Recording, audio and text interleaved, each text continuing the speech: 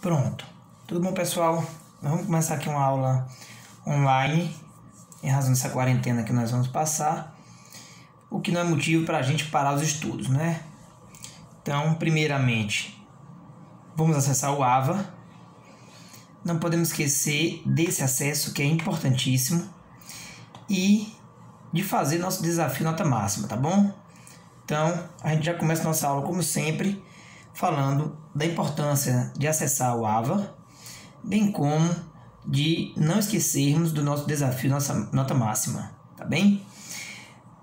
Vamos fazer então nossa aula de processo de execução, né? Cumprimento de sentença e processo de execução.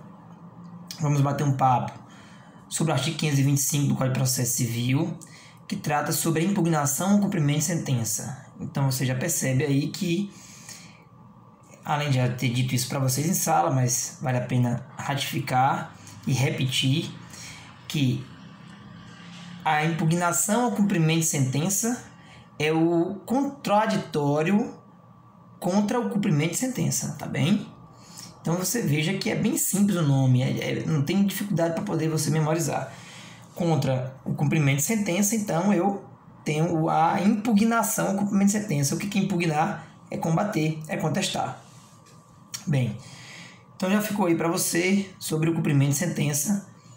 A parte adversa tem a impugnação ao cumprimento de sentença. E aí, abra seu Código de Processo Civil, lá no artigo 525, que tem dizendo que transcorrido o prazo para o cumprimento voluntário de sentença, e a gente já sabe que o artigo 523 traz a respeito disso, como deve ser feito o cumprimento voluntário de sentença, a gente já estudou. Já sabemos que no caso de não cumprimento voluntário, nós temos uma multa de 10% mais condenação em honorários de 10%. Beleza? Então veja só, transcorrido o prazo previsto no artigo 523, que é o prazo de 15 dias para o cumprimento voluntário de sentença, e não havendo o pagamento, aí eu tenho um prazo de 15 dias para que o executado, independentemente de penhora ou de nova intimação, apresente nos próprios autos a sua impugnação ao cumprimento de sentença. Beleza? Então o prazo de impugnação ao cumprimento de sentença é de 15 dias.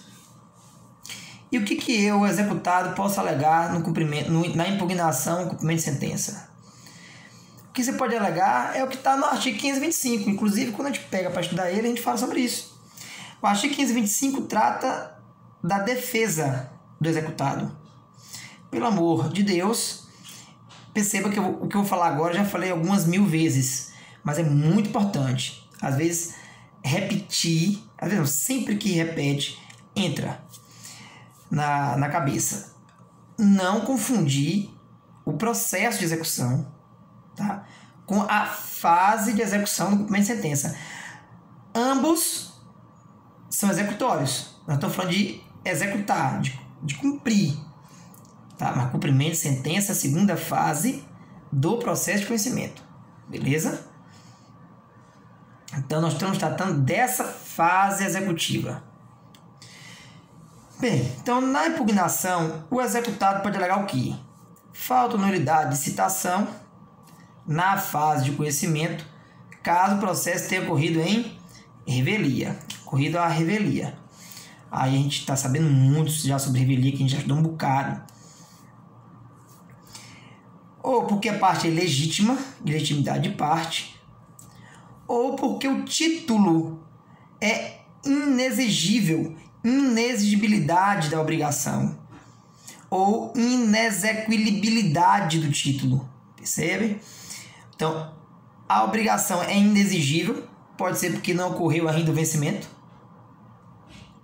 Um exemplo de inciso 3 está aí. Não ocorreu o vencimento. Então, eu não posso exigir o cumprimento dessa obrigação. Quarta hipótese é a penhora incorreta ou avaliação errônea. E o excesso de execução ou cumulação indevida de execuções. Nossa sexta possibilidade é incompetência absoluta ou relativa do juiz da execução. Também já sabemos muito sobre incompetência relativa e absoluta, já vimos isso. A nossa sétima hipótese de defesa é qualquer causa modificativa ou extintiva da obrigação, como, por exemplo, pagamento, inovação, compensação, transação ou prescrição. Beleza? Percebam que todas as alegações do inciso 1 ao inciso 7 do artigo 525 eu coloco na impugnação ao cumprimento de sentença. Beleza? Quem faz isso? O executado. Bem, o parágrafo 2º do artigo 525 vem falar para a gente o seguinte, que deve-se proceder, no caso de impugnação alegando impedimento ou suspensão do juiz, algo que está disposto no artigo 146 e 148.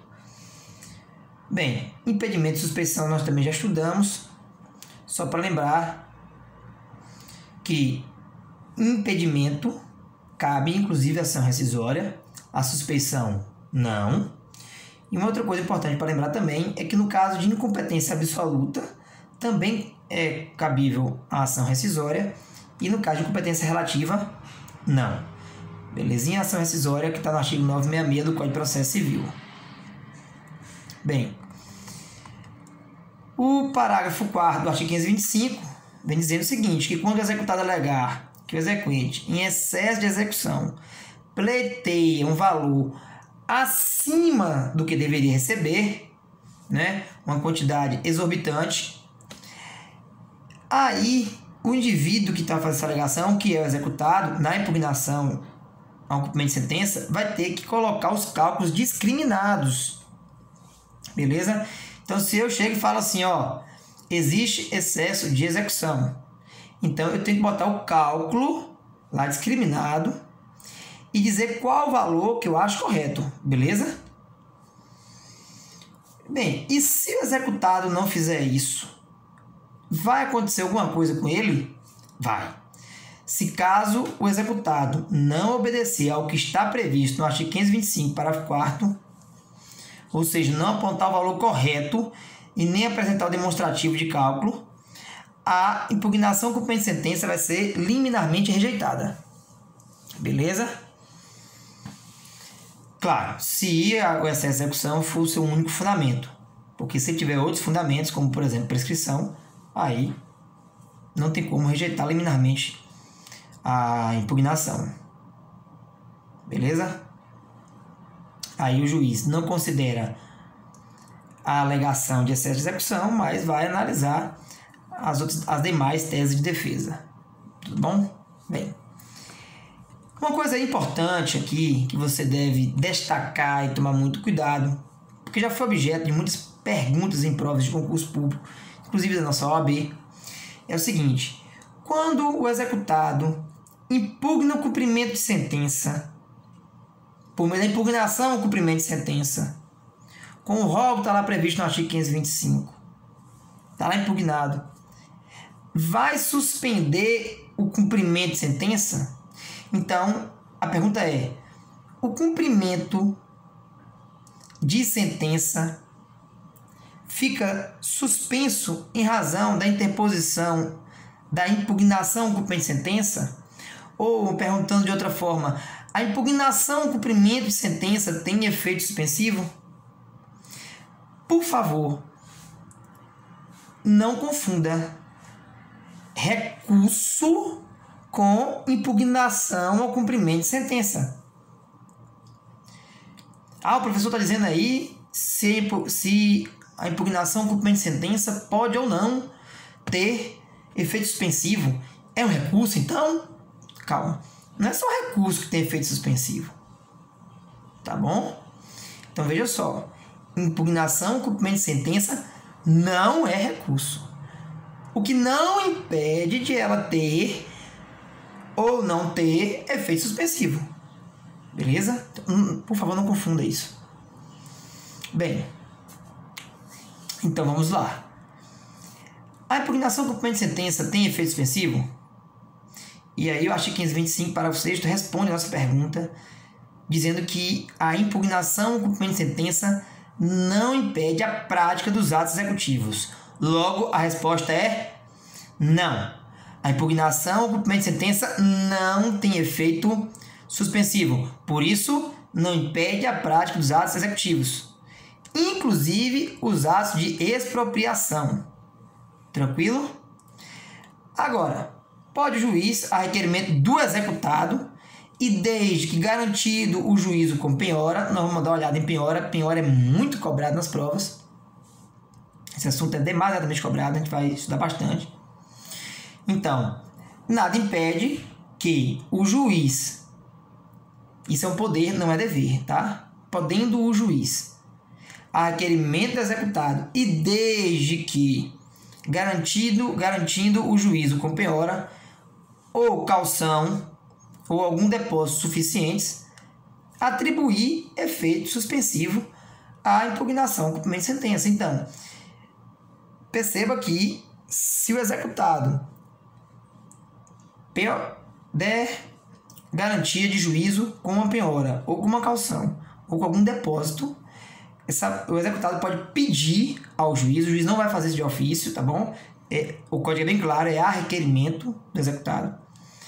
Aí o juiz pode dar efeito suspensivo à impugnação ao cumprimento de sentença. Aqui agora, vamos tomar muito cuidado. Por quê? Porque não podemos confundir, em hipótese alguma, o pedido de atribuição de efeito suspensivo à impugnação ao cumprimento de sentença com o pedido para dar efeito suspensivo a um recurso.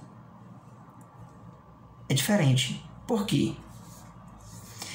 Porque a impugnação ao cumprimento de sentença, para que o juiz conceda efeito suspensivo, se o executado requerer, deve o executado, prestar penhora, caução ou depósito suficientes. No recurso, para se obter efeito suspensivo, o indivíduo precisa, o recorrente, provar o perigo de dano, né? E também, cumulativamente, a probabilidade de provimento do seu recurso. Perceba como são duas coisas distintas. Tá legal? Nós não vamos confundir isso. Tá bem? Então, o parágrafo 7º, que vem logo na sua sequência. Sim. Não, antes. Além de eu atribuir na impugnação cumprimento de sentença, além de eu prestar a caução ou depósito suficiente ou garantir o juízo como penhora, eu também preciso fundamentar que, se o procedimento de execução for manifestamente suscetível de causar ao executado grave dano de difícil ou incerta reparação. Então, eu vou ter aí dois critérios cumulativos quando eu for pedir a minha suspensão, o efeito suspensivo, a impugnação com cumprimento de sentença. Então, bora lá. O que eu tenho que fazer? Garantir o juízo com penhora, ou com alguma caução, ou com um depósito suficiente. E, além disso, eu tenho que fundamentar que o prosseguimento do cumprimento de sentença, ou seja, que o prosseguimento dessa fase executiva vai gerar grave dano de difícil e incerta reparação. Então, você vai pegar esse seu caderno,